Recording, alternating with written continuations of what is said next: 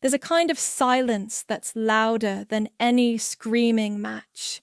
The kind you get when a room full of the fashion elite, buzzing with champagne and ambition, suddenly goes dead silent. The air crackled with a tension so thick you could cut it with a runway model's jawline. That was the sound that greeted me as I stepped onto the stage, not to accept an ovation for my new line, but to hold up 2 glasses. One was filled with a poisoned cocktail, a deadly mixture my husband, Julian, and his mistress, Isabel, had intended for me just moments before. The other was a simple glass of water I was handing to the police officer, waiting just in the wings. Julian, the supposed mastermind and CEO of our company, watched from his podium, his face ashen, his slick composure crumbling. Across the room, Isabel, our creative director, went from smug to ghostly pale. Their plan was so meticulously crafted it was almost beautiful, a twisted work of art in a glass. They had covered every angle, every contingency. But they made one mistake. They forgot to account for the woman they had spent years underestimating. They never imagined I would refuse to be a victim on a night that was supposed to be my triumph. The room held its collective breath as I began to speak, my voice cutting through the silence like a blade through silk. "Ladies and gentlemen," I said, my words measured and deliberate, "you came here tonight expecting a fashion show. Instead, you're witnessing the unraveling of a conspiracy that goes far deeper than stolen designs and corporate fraud. You're about to see what happens when the silent partner finally finds her voice." The photographers, who moments before had been capturing images of beautiful garments, now focused their lenses on a different kind of unveiling. The fashion critics, accustomed to judging hemlines and color palettes, were about to witness a masterpiece of justice. And Julian, the man who had built his empire on my talent and my silence, was about to discover that even the quietest whisper can become a roar when it carries the weight of truth. This wasn't a story about a woman who was poisoned. It was a story about the woman who caught the poisoner. This was a story of a silent designer and the loud, unforgiving truth she was about to unleash. They say a good marriage is like a partnership, a collaboration where 2 people build something greater than themselves. For years, I believed Julian and I had that. He was the charming, charismatic CEO, the public face of our brand, while I was Sophia, the quiet, brilliant designer, the creative force behind every stitch, every pattern, every unforgettable piece. We were a power couple in the fashion world, or so everyone thought. I met Julian when I was fresh out of design school, a whirlwind of ideas and sketches, but utterly naive about the business world. He was older, more established, with a sharp mind and a silver tongue that promised to turn my dreams into an empire. I fell for his promises, for his vision of our future. He presented himself as my mentor, my partner, my protector. He convinced me that my talent was the soul of the brand, and his business acumen was its backbone. My childhood had prepared me for this kind of submission without me even realizing it. Growing up as the daughter of a successful textile manufacturer, I had watched my mother, brilliant in her own right, defer to my father's business decisions. She had her own line of luxury fabrics, exquisite pieces that were sought after by designers worldwide, but she always introduced herself as Mrs. Harrison's wife at social events. When she died in a car accident when I was 16, my father buried himself in work, leaving me to find my own way through grief and adolescence. "Your mother had such talent." he would say on the rare occasions he spoke of her. But she understood her place in the bigger picture. She knew when to let me handle the important decisions. Those words, meant as comfort, became a blueprint I didn't realize I was following. At design school, I was known for my exceptional eye and innovative techniques, but also for my reluctance to speak up in critiques. While my classmates argued passionately about their work, I let my designs speak for themselves. My professors often commented on this dichotomy. The boldness of my creative vision contrasted sharply with my quiet demeanor in professional settings. When I met Julian at a gallery opening showcasing student work, he was immediately drawn to my pieces. "These are extraordinary," he said, his eyes lighting up with what I thought was genuine admiration. "But you're hiding in the corner like you're afraid of your own success." He was right, of course. I was terrified of putting myself out there, of claiming credit for my work, of taking up space in a room full of confident, ambitious people. Julian seemed like the perfect solution to my dilemma. He could be the voice I was too afraid to use, the confident presence I couldn't muster. He painted a picture of partnership that felt like salvation. I would create. He would handle everything else. It seemed like the ideal arrangement for someone who had always preferred the shadows to the spotlight. But even then, there were small, insidious cracks in the facade. During our early days of dating, Julian would often improve my ideas during conversations with potential investors. "What Sophia means to say," he would interject when I tried to explain a design concept, "is that we're looking at a more commercial application of her artistic vision." The words stung, but he always followed them with a private apology and an explanation about speaking the language of business. "Sophia, honey, you're just a designer," he would say, stroking my hair as I pored over my sketches late at night. "Leave the important decisions to me.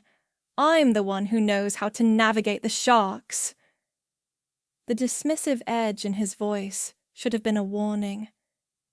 But I was so blinded by love and my own inexperience that I believed him. Our wedding was a grand affair, covered by fashion magazines and attended by industry elite. But as I stood there in my custom gown, a design I had created but that bore Julian's aesthetic suggestions, I felt more like an accessory than a bride. The headlines the next day read, "Fashion's golden boy weds his muse," and "Julian & Cover's creative director becomes Mrs. Bull CEO." Not once was I mentioned by name in the main articles. I was so blinded by love and my own inexperience that I believed his control over our joint bank accounts was a way to protect my assets. He framed it all as a noble burden he carried for me. My father had left me a significant inheritance, a trust fund from his successful textile business that included not just money, but also a substantial stock portfolio and real estate holdings. It was this wealth that funded the launch of Julian & Co. Julian had insisted on managing it all, creating a complex web of joint accounts and investment portfolios where my entire inheritance was merged with his supposedly considerable fortune. A true partnership, he'd called it, signing papers I barely understood in front of lawyers he had chosen. We build this legacy together, from one bank account, as one family. It seemed logical at the time. I was in love, and a part of me felt guilty for having so much capital, while he, the mastermind, had so little at the start. The first few years were a blur of success that masked the growing imbalance in our relationship. My designs were selling out. Our brand was on the lips of every influencer and critic. I poured my heart into every collection, living and breathing fashion, believing that my success was our success.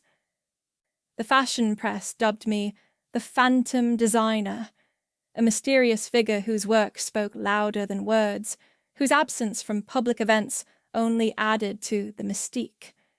Julian encouraged this narrative. Mystery is your brand, he would say whenever I expressed interest in attending industry events or giving interviews. Let them wonder about the genius behind the designs. It makes you more valuable. What I didn't realize was that my absence also made me more erasable. But Julian's attitude began to shift from condescending to subtly cruel. The jokes about my naivety became sharper, the compliments rarer. He started spending more time with our new creative director, Isabelle Moreau, a striking Frenchwoman who had joined our team a year after our wedding. She was young, ambitious, and utterly obsessed with Julian's approval. More importantly, she was everything I wasn't: outspoken, socially aggressive, and completely comfortable being the center of attention. Isabelle had impressive credentials, a graduate of Parsons with experience at several European fashion houses, but there was something about her that made me uncomfortable from the moment she arrived. She had a way of looking at my sketches with barely concealed disdain, as if she were humoring a child's artwork. When Julian announced her hiring, he framed it as relief for my overwhelming workload. "Darling, you're burning yourself out," he said, his hands on my shoulders in what looked like concern but felt like restraint. Isabelle can handle the day-to-day creative management while you focus on the big picture designs. What he didn't mention was that day-to-day creative management would gradually encompass more and more of what I considered my domain. I first noticed the change a year ago. It was a small thing, a new silk scarf I had designed with a specific, intricate floral pattern inspired by my mother's garden. I had shown it to Julian and Isabelle during one of our weekly creative meetings, and they had dismissed it as too sentimental and not aligned with our brand direction. But a few weeks later, I saw Isabelle wearing a scarf with a suspiciously similar design, a cheaper imitation that Julian must have had manufactured without my knowledge. I confronted him about it, and he laughed it off with the casual cruelty that had become his signature response to my concerns. "It's just a coincidence, darling. Are you becoming paranoid? Maybe you need to take a break from work."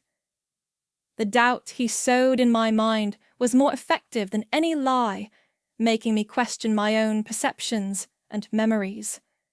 Then came the bigger signs. I started noticing odd financial discrepancies in our quarterly reports. Our accountant, Harold Brewster, a man Julian had hired shortly after Isabelle's arrival, would send me fragmented reports full of jargon that I couldn't decipher. The numbers seemed wrong.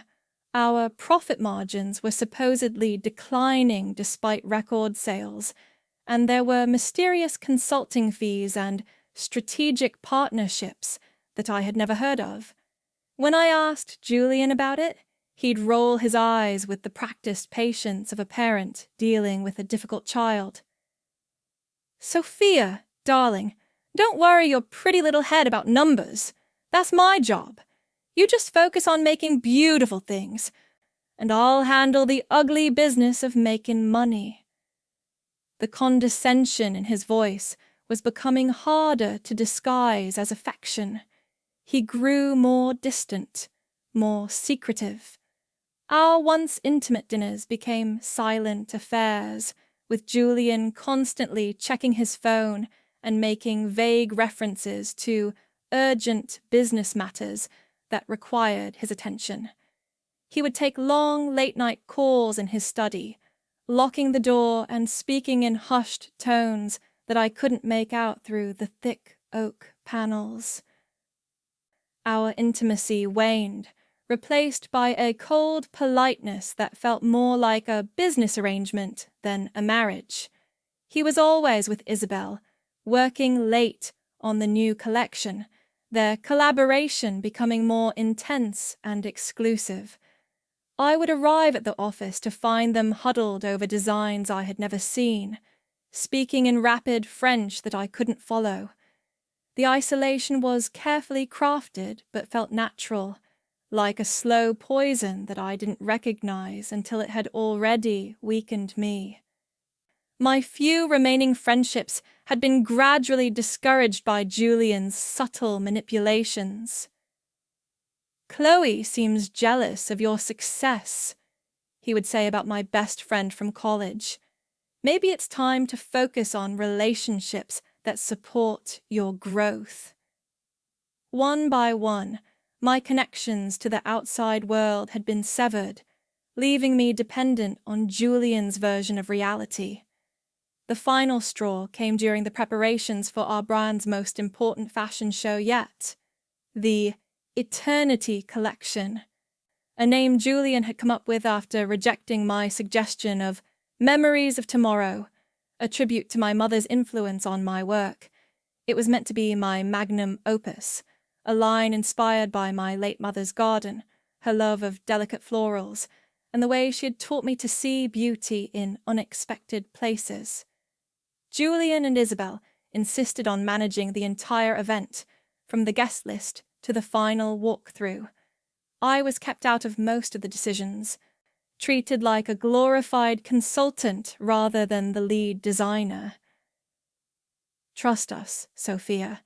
We're building your legacy," Julian said, his hand resting on my shoulder in a public display of affection that felt like a cage. "This collection will be legendary." But as the launch approached, I began to notice that the designs being prepared for the show weren't quite mine.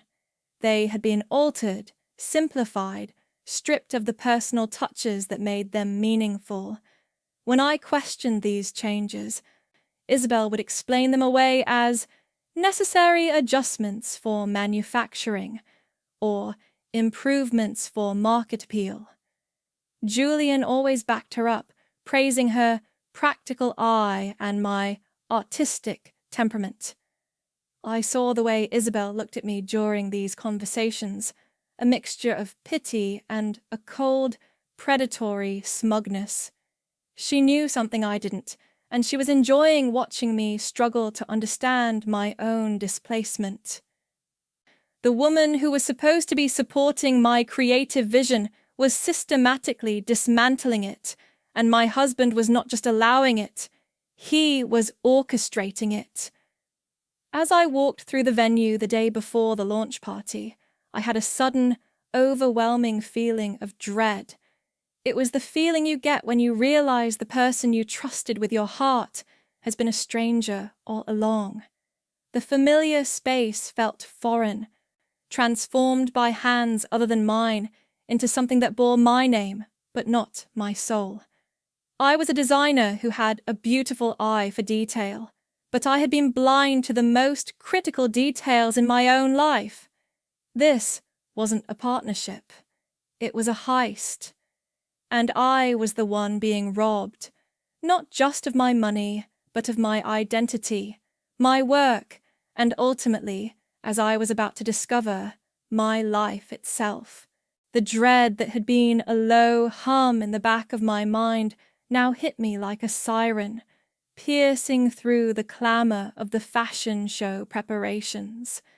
I pushed past the bustling crew, the models being prepped for fittings that I hadn't supervised, and the frantic final checks of a runway that had been designed without my input. My heart pounded a frantic rhythm I couldn't ignore as I realized how completely I had been excluded from what should have been my moment of triumph, the air. Usually a creative symphony of fabrics and perfumes, now felt thick with an unseen poison. My destination was Julian's private office, a space that had once been ours but had gradually become his exclusive domain. For weeks, he'd been keeping me out, citing confidential investor meetings and sensitive financial discussions that required privacy. I tried the door handle, and to my surprise, it was unlocked. Perhaps in the chaos of preparation, someone had forgotten to secure Julian's sanctuary. Stepping inside, the air was heavy with the stale scent of Julian's expensive cologne mixed with Isabel's cloying perfume. La vie est belle, a fragrance that had once seemed elegant but now felt cloying and false. The combination was a telltale sign of their secret alliance, their intimate collaboration that went far beyond professional boundaries. The office itself had changed. Personal photos of Julian and me had been replaced with awards and industry recognition pieces that prominently featured Julian's name. My sketches, which had once adorned the walls as inspiration, had been removed. In their place were mood boards and design concepts that I didn't recognize, work that bore no resemblance to my aesthetic or vision. On his mahogany desk, positioned prominently as if he wanted it to be seen, was his laptop. The screen glowed with an email, and the subject line made my blood run cold. Urgent. Finalize agreement with Vespa Holdings, Phase 3. Implementation. Vespa Holdings was our biggest competitor, a corporate giant known for acquiring smaller fashion houses and stripping them for parts. The body of the email was a cryptic list of numbered items that read like a military operation. Asset liquidation, 85% complete. IP transfer documentation ready for signature. Final timeline confirmed for February 15th. But what caught my eye was the signature at the bottom, not Julian's usual formal sign-off, but something intimate and personal. All my love, I. It was Isabel's initial, written with a casual intimacy that felt like a punch to the gut. My hands trembled as I clicked on his recent files, each discovery more devastating than the last. There, nestled among spreadsheets and legal documents, was a folder named Eternity Final, Confidential. I opened it with growing horror, and a chill of betrayal ran down my spine that made me feel physically ill. The file contained a completely different set of sketches. Not my designs, but a collection of cheap, uninspired knockoffs that bore a superficial resemblance to my work, but lacked any of the artistry or innovation that had made my reputation. My heart shattered as I realized the scope of the deception. Julian wasn't just controlling me, he was replacing my meticulously crafted collection with a fraudulent one to present as the grand finale of our brand. But this raised a terrifying question. Why would Julian want to destroy the brand we had built together? It made no business sense. Our reputation was built on the quality and uniqueness of my designs. Presenting cheap imitations would ruin everything we had worked for, unless that was exactly the point. I kept digging, my fingers flying across the keyboard with desperate urgency. I found a series of emails with Vespa Holdings that painted a picture so horrifying I had to read them twice to believe what I was seeing. The correspondence outlined a strategic acquisition that was actually an elaborate fraud designed to strip our company of all valuable assets before orchestrating its spectacular collapse. The plan was diabolically clever. Julian would present the inferior Eternity collection, which would be critically panned and commercially unsuccessful. This failure would provide justification for emergency measures, mass layoffs, asset sales, and ultimately bankruptcy. But before the company officially collapsed, all of our valuable intellectual property, client lists, and brand recognition would be quietly transferred to shell companies controlled by Vesper Holdings, and I realized with growing horror, by Julian himself. The terms were laid out in stark, businesslike language that made my skin crawl. Julian was selling off our brand's assets piece by piece, using the manufactured crisis of the failed collection as cover. He would declare bankruptcy, claim the loss of my inheritance as an unfortunate casualty of business failure, and walk away with millions in Vesper Holdings investment money. With Isabel by his side, he would then launch a new fashion house using my stolen designs and the industry connections we had built together. My mind reeled as the full scope of the betrayal became clear. This was no longer just about money or professional jealousy. This was a complete and total dismantling of my life. A ruthless erasure of my identity that had been years in the making. He had spent our entire marriage building a gilded cage around me, isolating me from friends and industry connections, making me financially dependent, and gradually assuming control over every aspect of my creative output. But the email trail didn't stop there. I found a more recent exchange between Julian and Isabel, hidden in a subfolder marked Personal. The messages revealed the true depth of their relationship, which had clearly been ongoing for months, possibly years. They spoke casually about their future together, about the new life they would build with Sophia's money, and the empire we'll create from her ashes. One message from Isabel was particularly chilling. I can't wait to be free of her shadow. Her work has been holding us back from true innovation. Once she's gone, we can finally create something worthy of our vision. Julian's response was even worse. Soon, my love. Very soon. The problem will solve itself, and we'll have everything we've ever wanted. The callous way they discussed my erasure, as if I were merely an inconvenience to be removed, rather than a human being whose life they were destroying, made me feel physically sick. But there was something in Julian's phrasing, the problem will solve itself, that suggested an even darker plan than financial fraud. I found an encrypted file buried deep in the folder structure, protected by a password that should have been impossible to crack.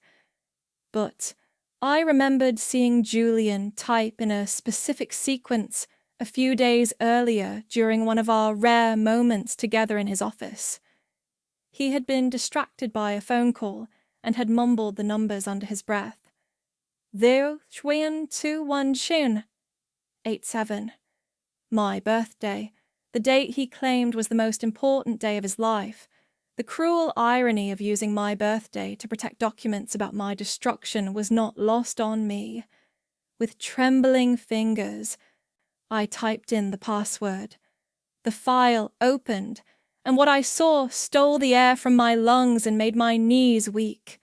It was a detailed spreadsheet with dates, locations, and specific information about various poisons, their effects, detection methods, and dosage calculations.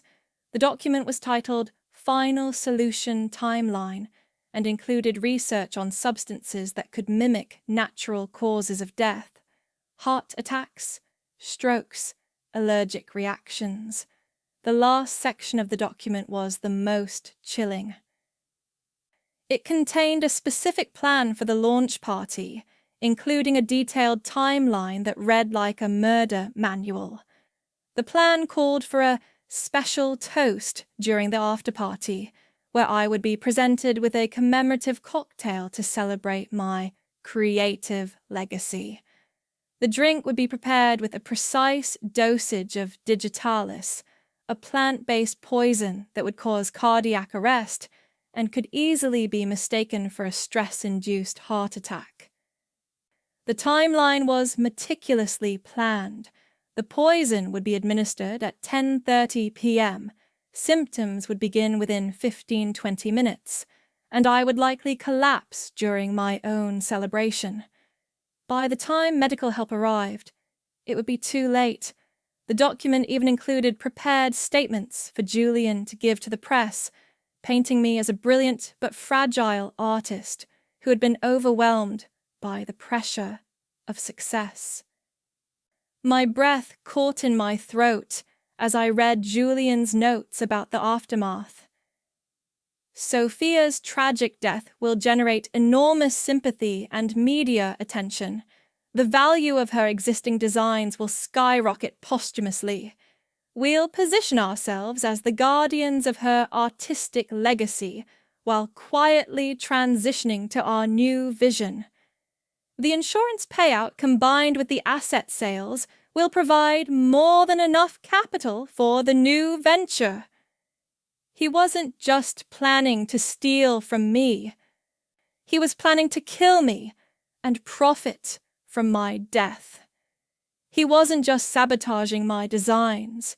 He was attempting to end my life, to make my murder look like a tragic accident that would boost his career and provide him with both my inheritance and the sympathy of the fashion world.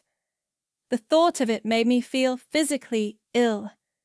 I rushed to the office bathroom and dry heaved over the toilet, my body's rebellion against the horror I had just uncovered.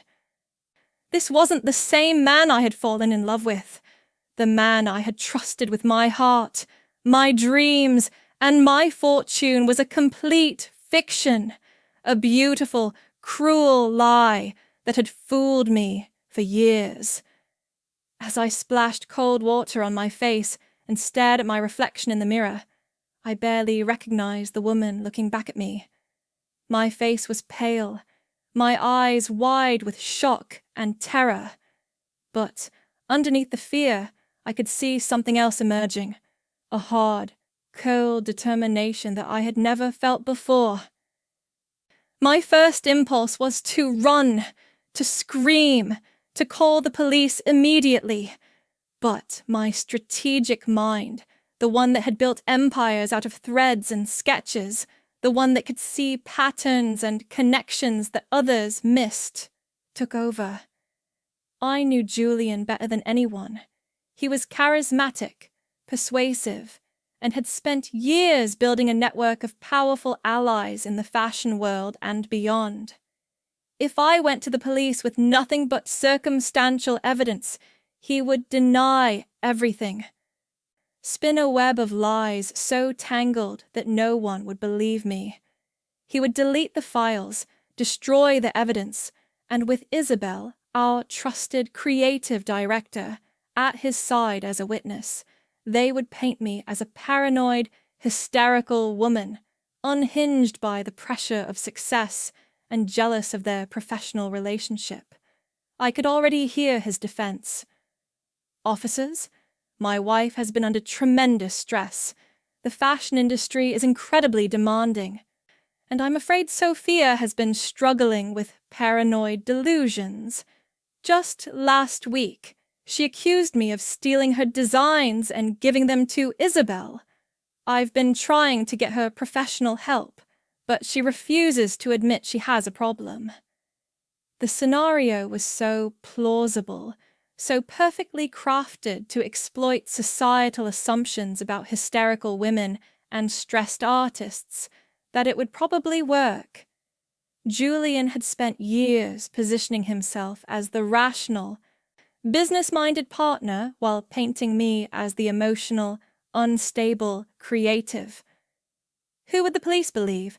The successful CEO with no criminal record? Or his increasingly reclusive wife making wild accusations about murder plots? No, I couldn't just run.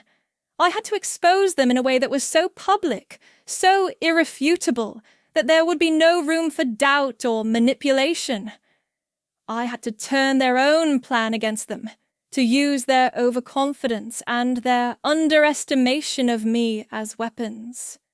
I took a deep breath, forcing my racing mind to slow down and focus. I was no longer just an emotional woman. I was a strategist.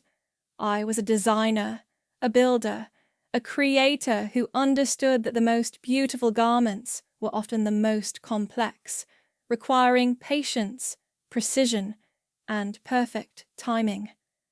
I had spent my life thinking in patterns and structures, and now I had to use that skill to save my life. I couldn't just hand over the evidence. I had to make sure it was irrefutable.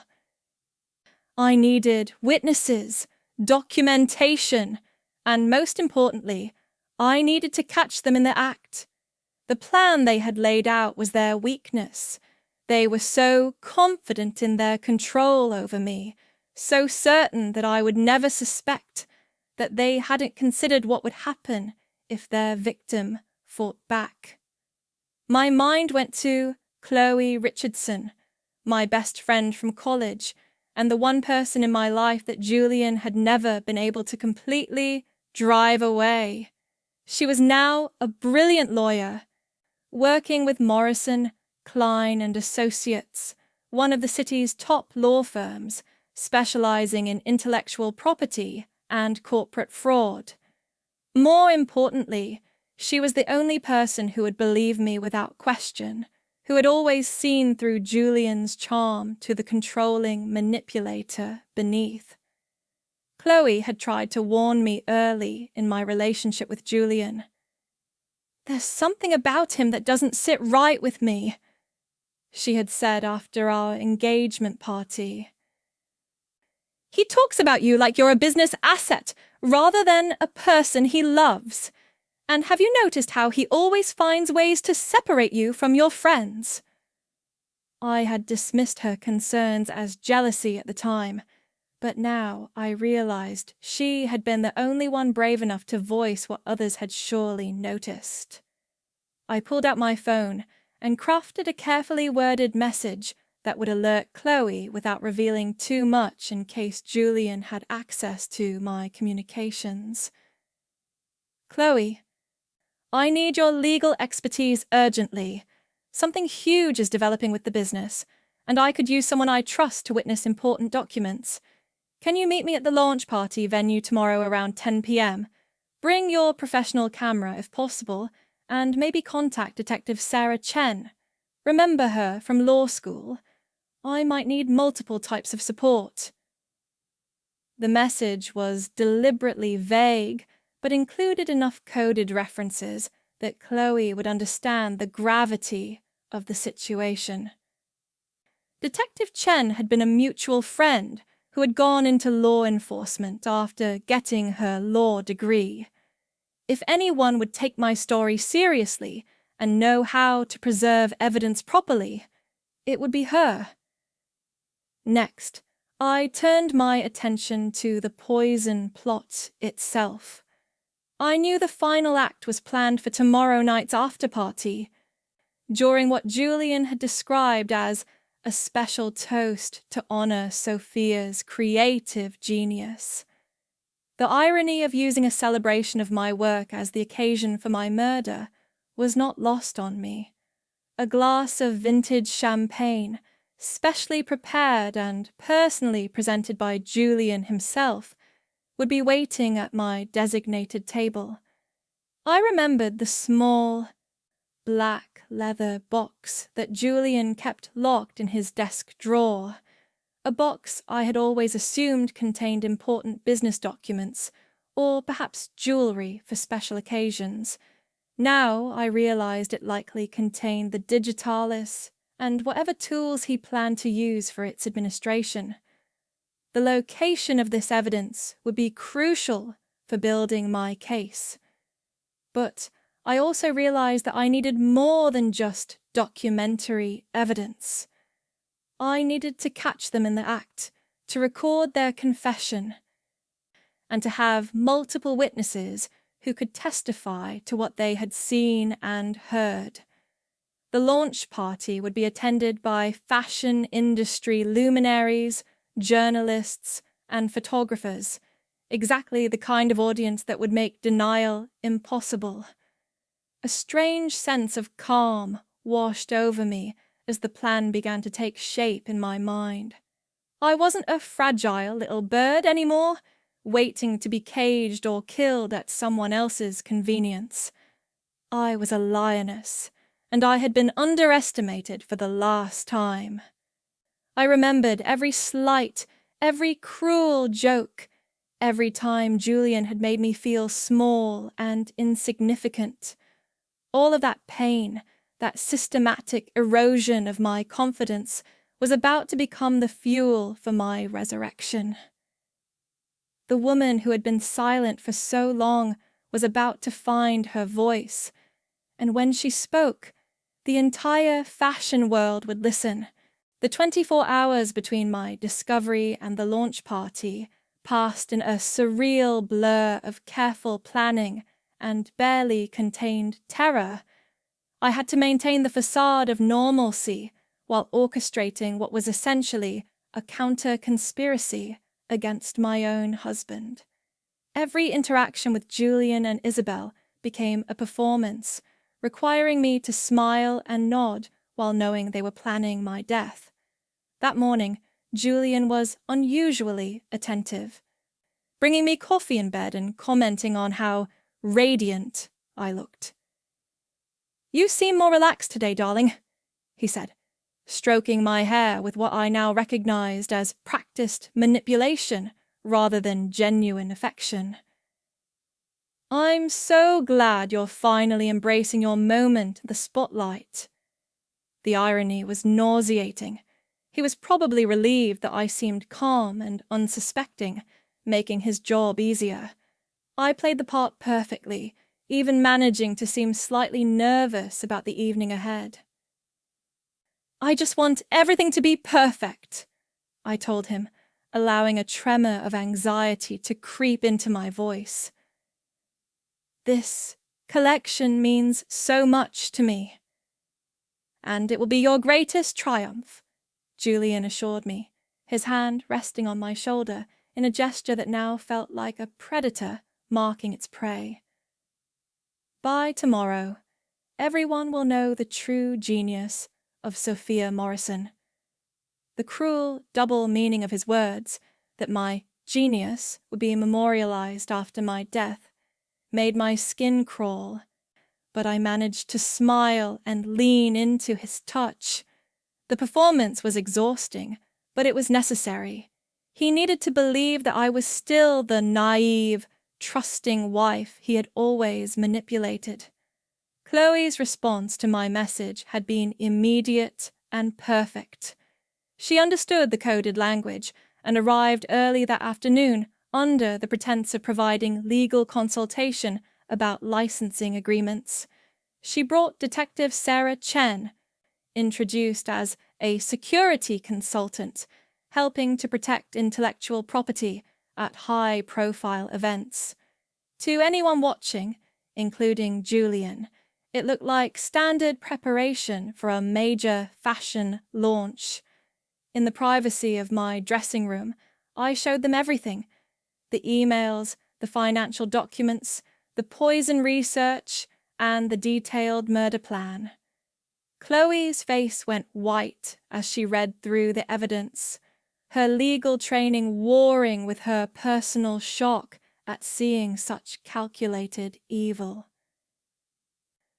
"This is comprehensive," she said finally, her voice steady despite the gravity of what she was seeing. "Julian and Isabel have essentially documented their own crimes.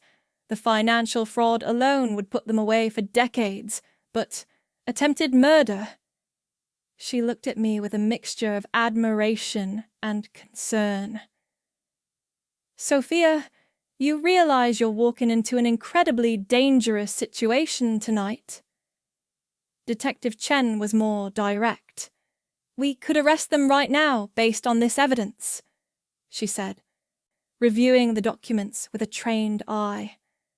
"The poison research alone demonstrates clear intent, and the financial records show ongoing fraud. You don't have to put yourself at risk." But I shook my head firmly.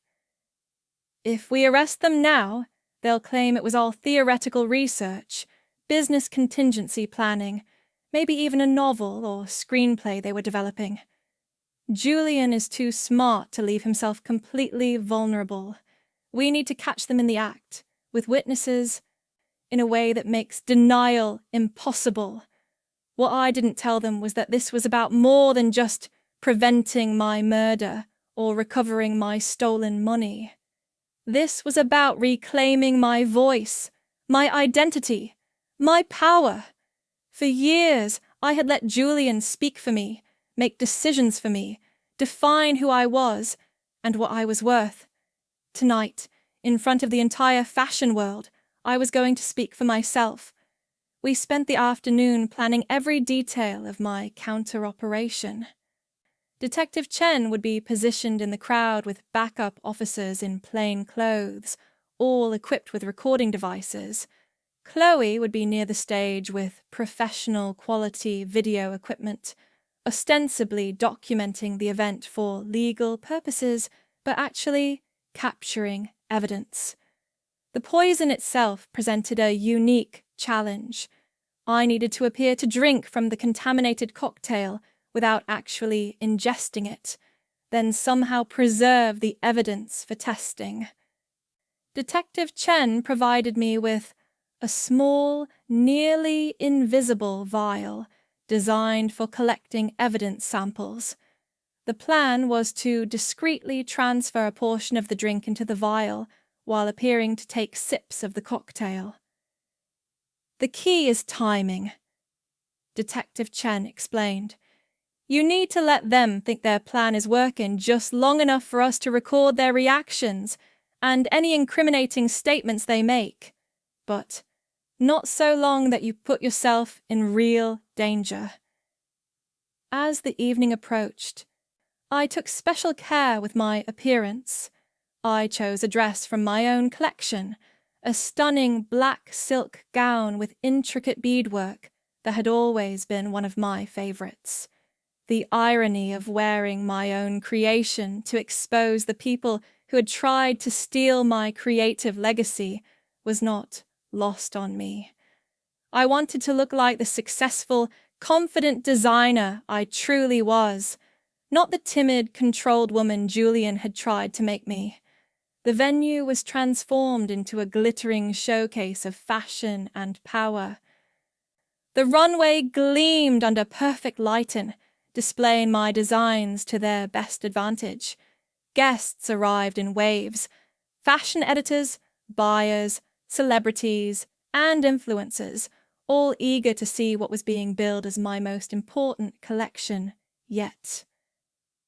Julian played the part of the devoted husband perfectly, introducing me to important guests and speaking glowingly about my talent. To anyone watching, we looked like the ideal power couple celebrating a shared triumph. But I could see the calculation in his eyes, the way he checked his watch periodically, counting down to the moment when his plan would be set in motion. Isabel was harder to read, but equally performance-driven. She moved through the crowd with practiced charm, accepting compliments on her collaboration with me, and speaking about our shared vision with the kind of proprietary confidence that made my blood boil. I watched her carefully, noting how she positioned herself near the bar area where the special cocktails were being prepared. The fashion show itself was a bittersweet experience. Watching my authentic designs walk down the runway, knowing that Julian and Isabel had planned to replace them with cheap imitations, filled me with a complex mixture of pride and rage. These were pieces of my soul made manifest in silk and satin, expressions of creativity that had been born from years of passion and dedication. The audience responded with enthusiasm, the kind of genuine appreciation that reminded me why I had fallen in love with fashion in the first place. But even as models showcased my work to thunderous applause, I could see Julian and Isabel exchanging meaningful glances. They were probably thinking about how much money these designs would be worth posthumously, how my tragic death would only increase their market value. The callousness of their calculations was almost incomprehensible. As the show concluded and guests moved to the after-party area, the atmosphere shifted from professional admiration to celebratory socializing. Champagne flowed freely, conversations became more animated, and the lighting dimmed to create a more intimate ambiance. It was the perfect setting for what Julian believed would be my final performance. I positioned myself strategically, close enough to appear engaged with the celebration, but with clear sight lines to both Detective Chen and Chloe. My heart was pounding so hard I was sure everyone could hear it, but years of suppressing my emotions in public served me well. Now, to all external appearances, I was simply a designer enjoying her moment of triumph. At exactly 10:25 p.m., just as Julian's timeline had specified, a waiter approached my table with a silver tray bearing a single, elegant cocktail glass. The drink was a deep crimson color, with a swirl of gold leaf floating on top. Beautiful and deadly. Like so much in my life with Julian. The waiter, clearly following specific instructions, announced that this was a special commemorative cocktail prepared personally by Mr. Morrison to honor Mrs. Morrison's extraordinary achievement. Julian materialized at my side as if summoned, his smile radiating what looked like genuine warmth and pride. "To my beautiful wife, Sophia," he said, raising his own glass high enough for everyone in the vicinity to see and hear.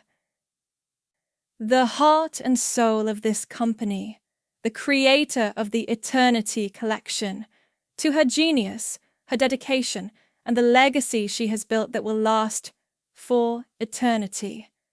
The cruel wordplay in his toast, eternity being both the name of my collection and a reference to my impending death, was so perfectly Julian that I almost admired his twisted cleverness.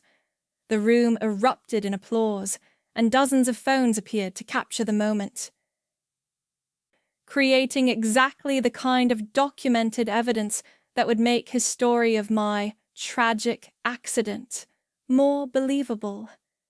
I picked up the glass, feeling its weight in my hand like a weapon. My training in theatre during college served me well as I played the part of the grateful, slightly overwhelmed artist. I made a show of being touched by the gesture, my eyes glistening with what looked like tears of joy, but were actually tears of rage and betrayal.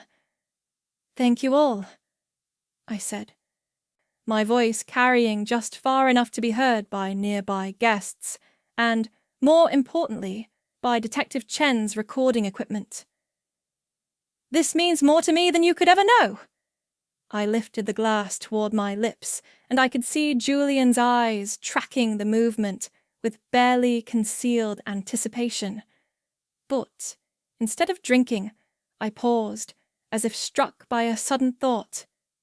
"You know," I said, my voice growing stronger and more confident, "before I accept this beautiful tribute, I think there's something I need to share with all of you. Something about the real story behind the Eternity Collection." Julian's smile faltered slightly, a flicker of confusion crossing his features. This wasn't in his script. Isabel, who had been watching from across the room, started moving closer, her expression shifting from smug satisfaction to concern. "Sophia, darling," Julian said, his voice carrying a warning tone disguised as gentle guidance. "Perhaps we should save the speeches for later. Everyone's eager to celebrate." But I was no longer the woman who could be controlled by his subtle manipulations. "Actually, Julian, I think now is the perfect time," I said, setting the poisoned cocktail down on the table without taking a sip. The movement was deliberate, designed to signal to my allies that the moment of truth had arrived. I looked out at the sea of faces, journalists, influencers, industry leaders, photographers, all the people who had shaped and been shaped by the narrative Julian had constructed around our marriage and our business. For years, they had seen me as the mysterious, silent partner, the talent behind the brand who preferred to let her husband speak for her. Tonight, they were going to meet the real Sophia Morrison. The silence that followed my words was electric, charged with the kind of anticipation that precedes either triumph or disaster. The crowd, accustomed to the predictable rhythms of fashion industry events, sensed that something unprecedented was about to unfold. Conversations died away, champagne glasses paused halfway to lips, and all eyes turned toward me with hungry curiosity. Julian tried to maintain his composure, but I could see the calculation happening behind his eyes. He was trying to figure out how to regain control of the situation without causing a scene that would draw unwanted attention. "Sophia, sweetheart," he said, his voice carrying the practiced patience of someone managing a difficult situation. "You're clearly emotional. Perhaps we should step outside for a moment." He reached for my arm, the gesture appearing supportive to observers, but feeling like a trap to me. I stepped back, creating physical distance that also served as a symbolic rejection of his authority over me. "No, Julian," I said, my voice carrying clearly across the now silent room. "I've been stepping outside, staying quiet, letting you speak for me for far too long. Tonight, everyone gets to hear from the actual designer." Isabel had worked her way closer, positioning herself where she could intervene if necessary. Her face had gone pale beneath her expertly applied makeup, and I could see her mind racing as she tried to assess the threat level of my unexpected defiance. She caught Julian's eye and gave him an almost imperceptible shake of her head, a signal that this was not going according to plan. I looked out at the audience of fashion industry elite, people who had the power to make or break careers, whose opinions could reshape entire brands overnight. For years, I had been terrified of these people, intimidated by their confidence and their willingness to make harsh judgments. But now, armed with the truth and finally free from Julian's psychological control, I felt a surge of power I had never experienced before. "Ladies and gentlemen," I began, my voice steady and clear, "you came here tonight to celebrate the launch of the Eternity collection. You've been told that this represents the culmination of my artistic vision, the next evolution of our brand. But what you don't know is that everything you've been told about this collection, about this company, and about this marriage is a carefully constructed lie." The murmur that ran through the crowd was like electricity, the sound of hundreds of people simultaneously realizing that they were witnessing something extraordinary. Phones appeared everywhere, cameras focused on me with the intensity of spotlights. The fashion media, always hungry for scandal and authenticity in equal measure, sensed that they were about to witness the story of the year. Julian's mask finally began to slip. "Sophia, you're clearly having some kind of breakdown," he said, his voice louder now, playing to the crowd. "The stress of tonight has obviously been too much. perhaps we should call Dr. Brennan. The reference to a psychiatrist was a masterstroke of manipulation designed to plant the seed that my revelations were the product of mental illness rather than rational observation. But I was ready for this tactic. Dr. Brennan, the psychiatrist you've been paying to tell you that I'm unstable and paranoid, I asked, pulling out my phone and displaying screenshots of financial records that Detective Chen had helped me prepare. The same Dr. Brennan who has been receiving monthly payments from our company account for consultation services, despite the fact that I've never actually been his patient. The crowd gasped audibly. The revelation that Julian had been manufacturing evidence of my mental instability added a layer of calculating cruelty to the unfolding drama that shocked even the jaded fashion industry audience. Several journalists were frantically taking notes, while photographers captured every moment of Julian's visible dismay. The truth, I continued, my confidence growing with each word, is that my husband and our creative director have been systematically looting this company, stealing my designs, and planning to destroy everything we've built together. But that's not the worst of it. I picked up the untouched cocktail, holding it high enough for everyone to see. The crimson liquid caught the light beautifully, looking innocent and celebratory. This drink, this special tribute that Julian prepared personally for me, contains enough digitalis to cause fatal cardiac arrest within minutes of consumption. The reaction was immediate and explosive. Screams erupted from the crowd. People pushed backward to create distance from what they now understood was a murder weapon, and several guests pulled out their phones to call 911.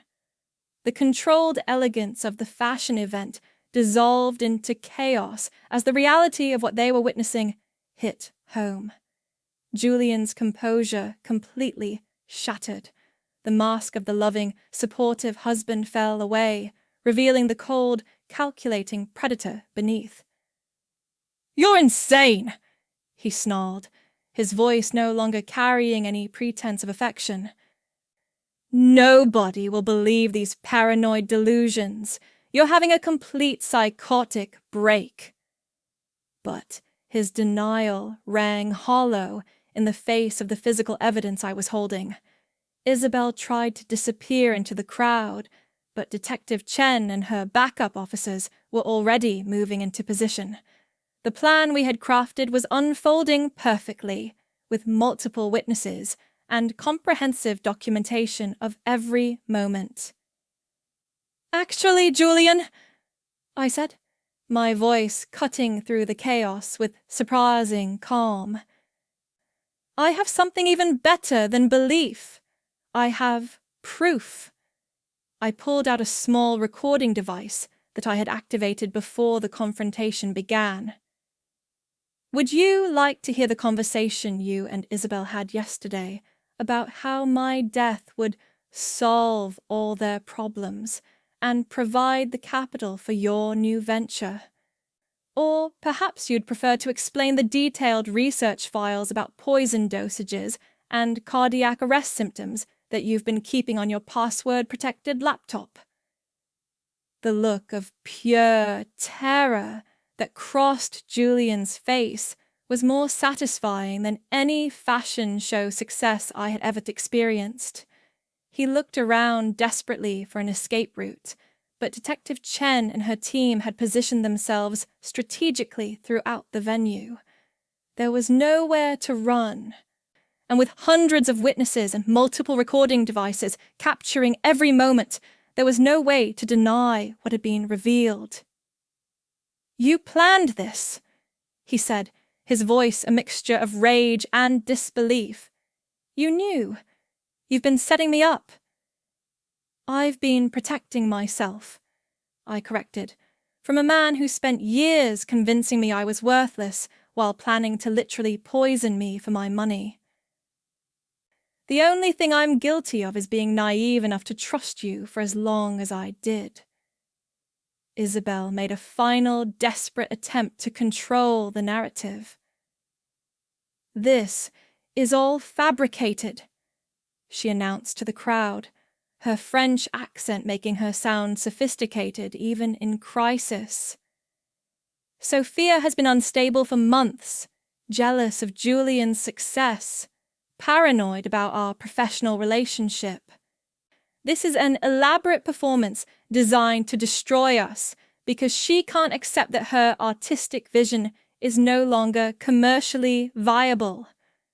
But her words fell flat in the face of the evidence and the dramatic confession that had just unfolded.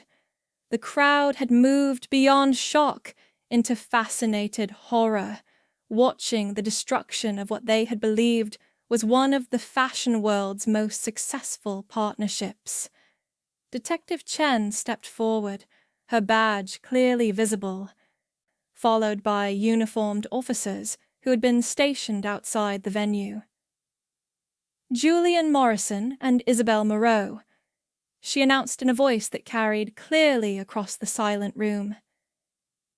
You are under arrest for conspiracy to commit murder, attempted murder, fraud, embezzlement, and conspiracy to commit fraud. The sight of handcuffs being applied to Julian's wrists was surreal. This man who had controlled every aspect of my life for years, who had made me doubt my own perceptions and worth, was suddenly powerless, his carefully constructed empire crumbling in real time before hundreds of witnesses. As the officers led them away, Julian turned back to me one last time. The look in his eyes was pure hatred, stripped of any pretense of love or even basic human decency. You think you've won, he said, his voice venomous, but you'll never survive without me. You're nothing without me. His words, intended as a final cruelty, had the opposite effect. They reminded me of exactly why this moment was so important, not just for my survival, but for my soul. For years, he had convinced me that I was nothing without his guidance, his business acumen, his protection. Tonight, I had proven to myself and to the world that I was not just something without him. I was everything he had tried to steal. The room erupted in applause as the police cars drove away, but it wasn't the polite, obligatory applause of a fashion show. This was the raw, emotional response of people who had witnessed genuine courage and authentic triumph. I stood on the stage where Julian had expected to deliver my eulogy, holding the poison he had intended to kill me with, surrounded by an industry that would never again see me as the silent partner in someone else's success story. The deafening silence that followed Julian's removal was more potent than any applause I had ever received. As the reality of what had just transpired settled over the crowd, the venue that had been a temple of glamour and celebration just minutes earlier now felt like a courtroom where justice had been served in the most public and dramatic way possible. The immediate aftermath was a whirlwind of activity that seemed to move in slow motion around me. Paramedics arrived to test and dispose of the poisoned cocktail, their presence adding an official gravity to what had unfolded. Crime scene photographers documented the evidence, turning my moment of triumph into a legal case study. Journalists approached cautiously, their usual aggressive pursuit of quotes tempered by the recognition that they had witnessed something far more significant than a typical fashion industry scandal. Detective Chen approached me with a mixture of professional satisfaction and personal concern. That was incredibly brave, Sophia, she said quietly, but also incredibly dangerous. If you had miscalculated, if Julian had been more desperate... She shook her head, the implications clear. I know, I replied, surprising myself with how calm I felt. But I also knew that this was the only way to stop him permanently. If I had just disappeared, if I had just taken the evidence to the police without witnesses, he would have found a way to spin it, to make me look like the unstable one. This way, there's no room for doubt. Chloe materialized at my side, her professional legal demeanor cracking to reveal the emotional impact of what she had witnessed. I've known you since college, she said, her voice thick with emotion, and I've never been more proud of anyone in my life. But, Sophia, the legal ramifications of this are going to be enormous. The criminal case is just the beginning. There's going to be civil litigation, asset recovery, media scrutiny. The weight of what lay ahead settled on me like a heavy cloak. The dramatic confrontation was over, but the real work of rebuilding my life was just beginning. I know, I said, looking around at the venue that now seemed like a crime scene. But at least now I'll be fighting as myself, not as the person Julian wanted me to be. The crowd began to disperse slowly, guests processing what they had witnessed and undoubtedly sharing their accounts on social media. Within hours, I knew the story would be everywhere. Fashion blogs, news websites, social media platforms. The narrative of the silent designer's deadly revelation would become part of industry legend, but more importantly, it would ensure that Julian's version of events could never take hold. Several industry leaders approached me before leaving, their expressions a mixture of shock, admiration, and calculation. Anna Westbrook, the editor-in-chief of Fashion Forward magazine, was among the first. Sophia, she said, her usual imperious demeanor softened by genuine concern. What you've done tonight takes extraordinary courage, but I need to ask, what happens to the brand now? What happens to your designs? Your collections? It was a question I had been dreading and anticipating in equal measure. Honestly, Anna, I replied, I'm not sure yet. Everything I've built has Julian's fingerprints on it. I need to figure out what's truly mine and what was contaminated by his manipulations. But I can tell you this, whatever comes next will be authentically mine. The business implications were staggering. Julian and Koza would undoubtedly collapse under the weight of scandal and legal proceedings. Our upcoming orders would likely be cancelled. Our retail partnerships would want to distance themselves from the controversy, and our brand value would plummet overnight. In saving my life, I had potentially destroyed my livelihood. But as I looked around at the remnants of the evening, the beautiful runway still showcasing my authentic designs, the evidence of my talent and vision that no amount of Julian's manipulation could diminish, I felt a sense of liberation that was worth any financial loss. For the first time in years, I was free to make my own choices, even if they led to failure. The media response was swift and overwhelming. By the next morning, the story had exploded across every fashion publication and mainstream news outlet.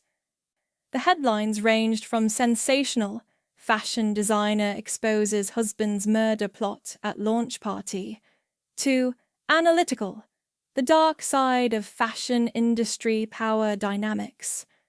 But all of them centered on the same basic narrative, a talented woman who had found her voice just in time to save her own life. The criminal proceedings unfolded exactly as Detective Chen had predicted. Julian and Isabel were denied bail, deemed flight risks given the international nature of the fashion industry and their access to significant financial resources. The evidence I had gathered, combined with the public confession recorded by multiple witnesses, made their guilt undeniable. During the investigation that followed, even more disturbing details emerged. Julian's gambling addiction, which his mother had hinted at, was far worse than anyone had imagined.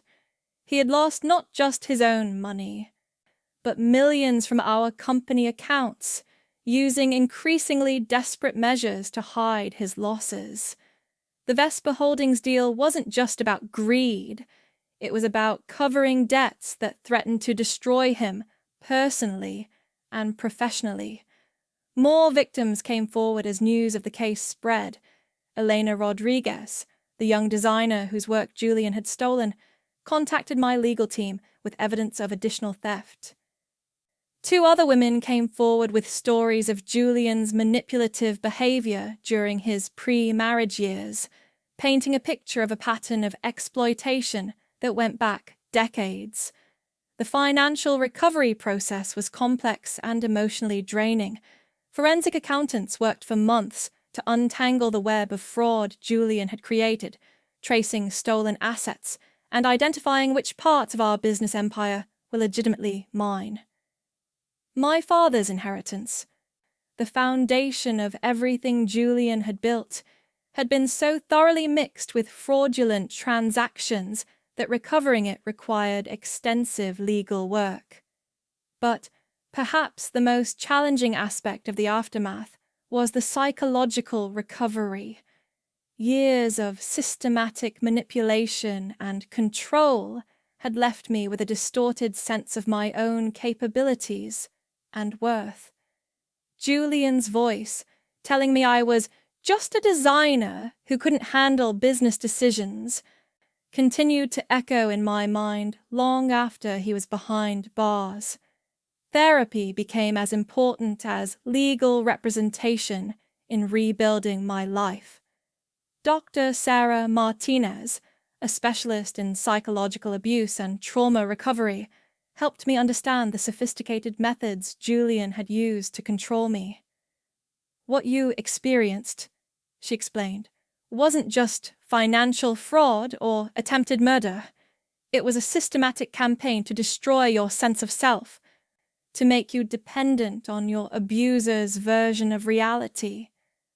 The healing process was neither linear nor quick. There were days when I questioned whether I had the strength to rebuild, whether I could trust my own judgment after being so thoroughly deceived. But there were also moments of profound clarity when I remembered the woman I had been before Julian's influence, the artist who had created beauty because she loved the process, not because she needed approval. 6 months after the launch party that changed everything, I stood in a new studio space, surrounded by sketches and fabric samples that were entirely my own. The walls were covered with inspiration boards featuring not the commercial trends Julian had always pushed me toward, but the artistic vision that had drawn me to fashion in the first place. My mother's garden, the way morning light fell through vintage lace curtains, the strength I had found in my own voice. The legal proceedings had finally concluded with Julian and Isabel receiving lengthy prison sentences for attempted murder and fraud.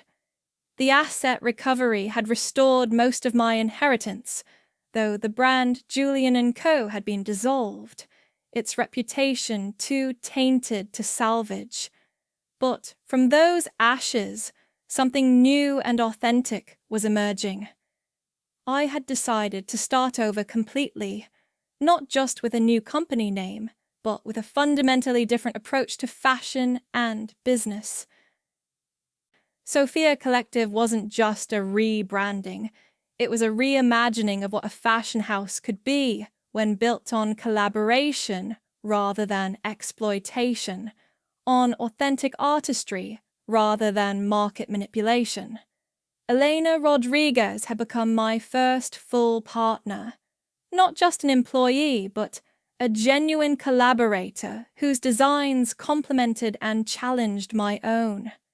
Working with her taught me the difference between Julian's version of partnership, which was really just sophisticated control, and true creative collaboration, which required trust, respect, and the courage to let others shine. "I can't believe how different this feels," Elena said one afternoon, as we worked on designs for what would become our breakthrough collection. When I worked with Julian, every idea had to be filtered through his vision, his sense of what would sell. Here, it feels like we're creating art that happens to be wearable. Her words captured exactly what I had been trying to achieve. Fashion had always been, for me, a form of artistic expression first and commerce second. Julian had systematically reversed those priorities, convincing me that commercial success was the only measure of creative worth. Reclaiming my artistic voice meant remembering that the beauty of creation was valuable in itself, regardless of market response. The Phoenix Collection, as we named our debut line, was born from this philosophy. Each piece told a story of transformation, of rising from destruction to create something more beautiful than what had existed before. The color palette moved from deep, dark tones representing the depth of betrayal and loss, through fiery reds and oranges symbolizing the burning away of lies, to brilliant whites and golds representing rebirth and truth. The centerpiece was a gown inspired by my experience at the launch party, a stunning creation in midnight blue silk that seemed to absorb light, overlaid with intricate beadwork that caught and reflected illumination like stars in a dark sky. But as the eye traveled up the dress, the dark blue gradually gave way to silver and white, with the beadwork becoming more elaborate and bright, culminating in a collar that seemed to emit its own light. "It's the dress you should have worn that night," Elena observed when we completed the final fitting. "Not the costume of the controlled wife, but the armor of the woman who refused to be silenced." Preparing for the Phoenix Collection launch was an entirely different experience from any fashion show I had organized with Julian. Instead of being excluded from major decisions, I was making every choice, from the venue to the music to the models. Instead of feeling anxious about others' approval, I felt excited about sharing work that was genuinely mine. The venue I chose was deeply symbolic. The same space where Julian had attempted to murder me, now completely transformed and reclaimed. Where there had once been shadows and secrets, I created an environment of light and transparency. The runway was elevated on a platform of frosted glass, lit from beneath so that models seemed to walk on light itself. The guest list was smaller than Julian's extravagant affairs, but more meaningful. I invited people who appreciated artistry over celebrity, authenticity over spectacle. Anna Westbrook was there, of course, along with other industry leaders whose opinions I respected. But I also invited emerging designers, students, and artists from other disciplines, the kind of diverse, creative community that Julian had always dismissed as uncommercial. Most importantly, my mother's sister, Aunt Margaret, flew in from London. She was the keeper of my mother's artistic legacy, the one person who could tell me whether my work honored the woman who had first taught me to see beauty in unexpected places. "Your mother would be so proud," she told me as we walked through the collection before the show.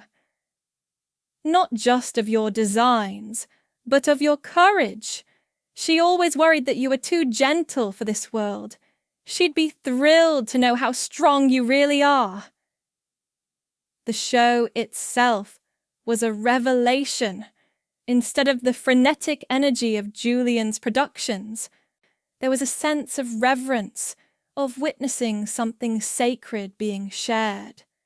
The models moved with deliberate grace, each piece given time to be truly seen and appreciated. The audience responded with the kind of deep attention that only authentic artistry can command. When the final model walked, wearing the midnight to dawn gown that represented my journey from darkness to light, the silence that followed was profound. For a moment, I was terrified that the collection had failed, that my artistic vision without Julian's commercial sensibilities was too esoteric for even this sophisticated audience. Then the applause began, starting slowly but building to something I had never experienced before. This wasn't the polite appreciation of fashion industry events or the dramatic response to scandal. This was the recognition of genuine artistry, the acknowledgement of work that had moved people not just aesthetically, but emotionally. The year that followed the Phoenix Collection launch was the most challenging and fulfilling of my professional life. The collection sold out within weeks, not because of celebrity endorsements or aggressive marketing, but through word-of-mouth appreciation from people who understood that they were purchasing pieces of wearable art. More importantly, the success was authentically mine.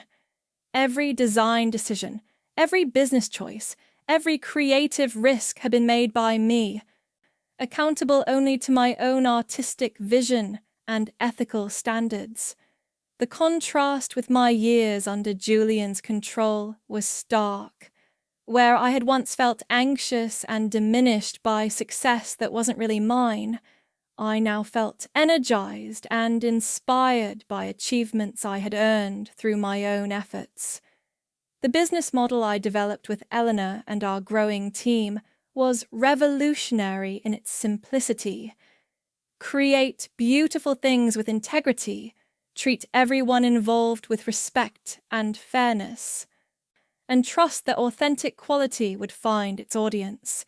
It was the opposite of Julian's approach in every way: transparent rather than manipulative, collaborative rather than controlling, sustainable rather than exploitative.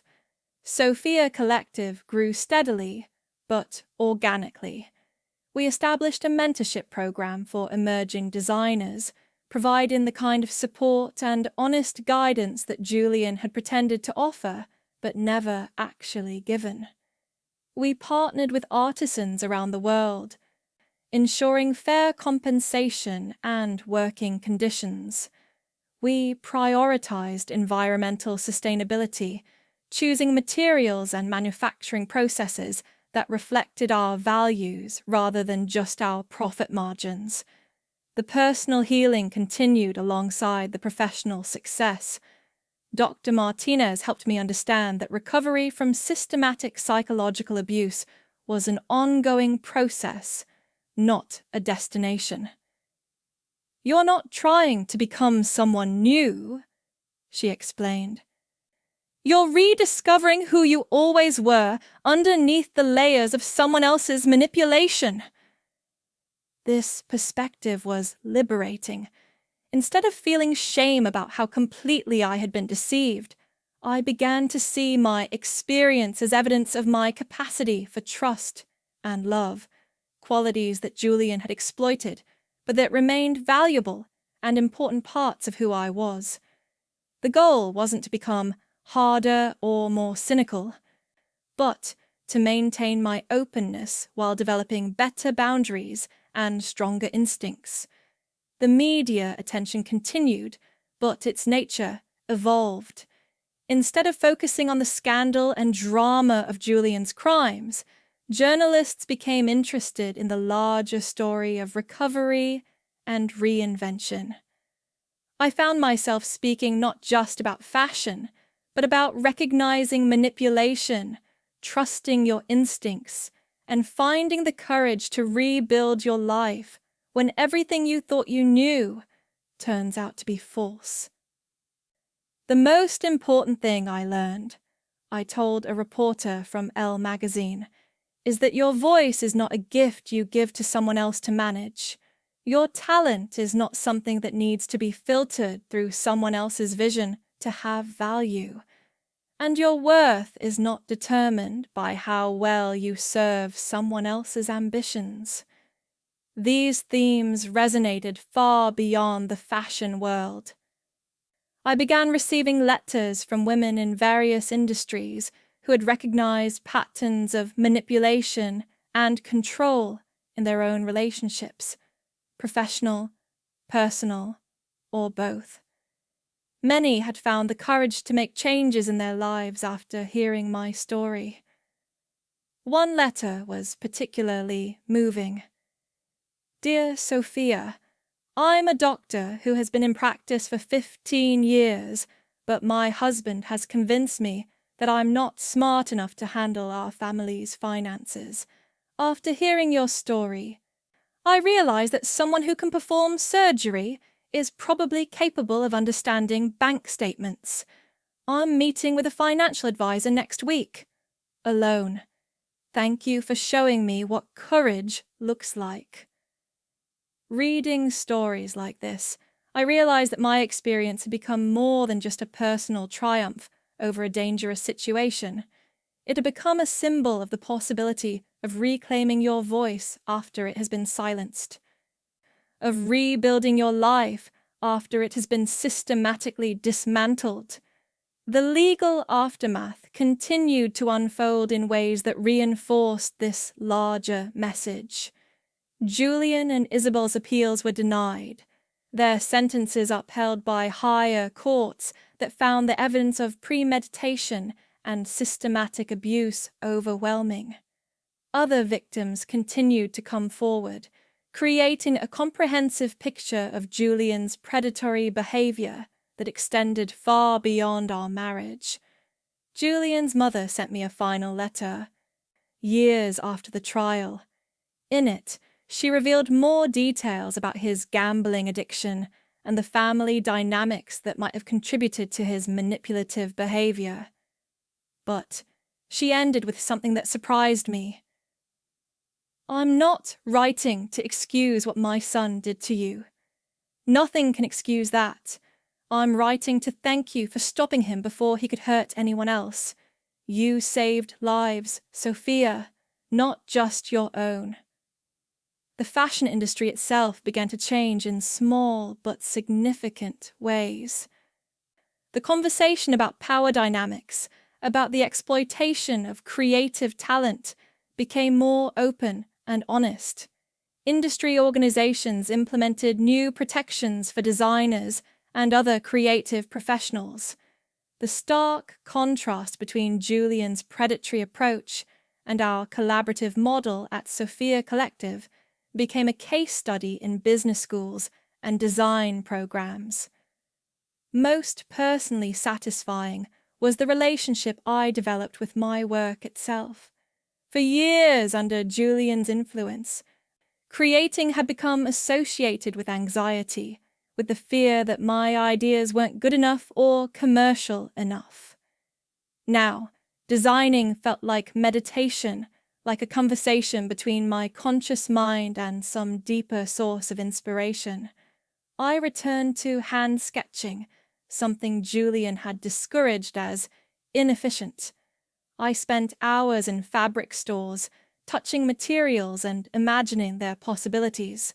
I visited museums and gardens, allowing visual beauty to inspire new directions in my work.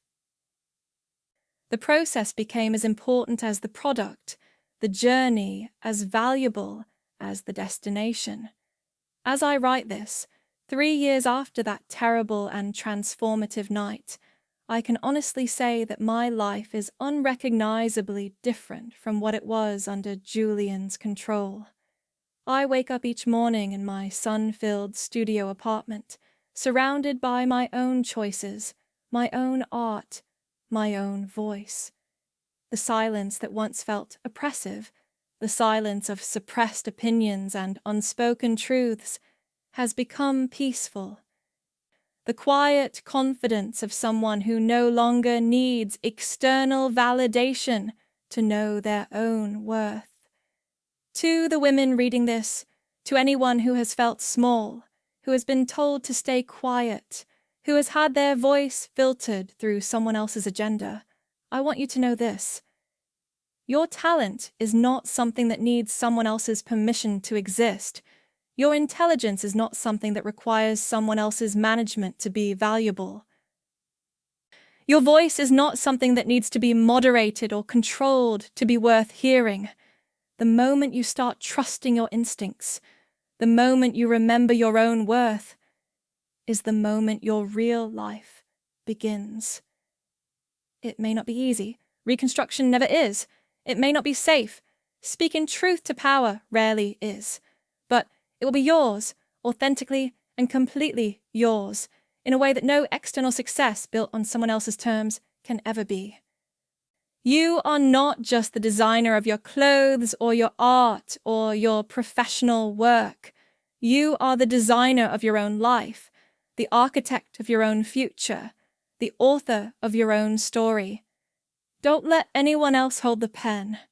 The fashion world called me the silent designer for years, and I accepted that label because it was easier than fighting for something different. But silence was never my true nature.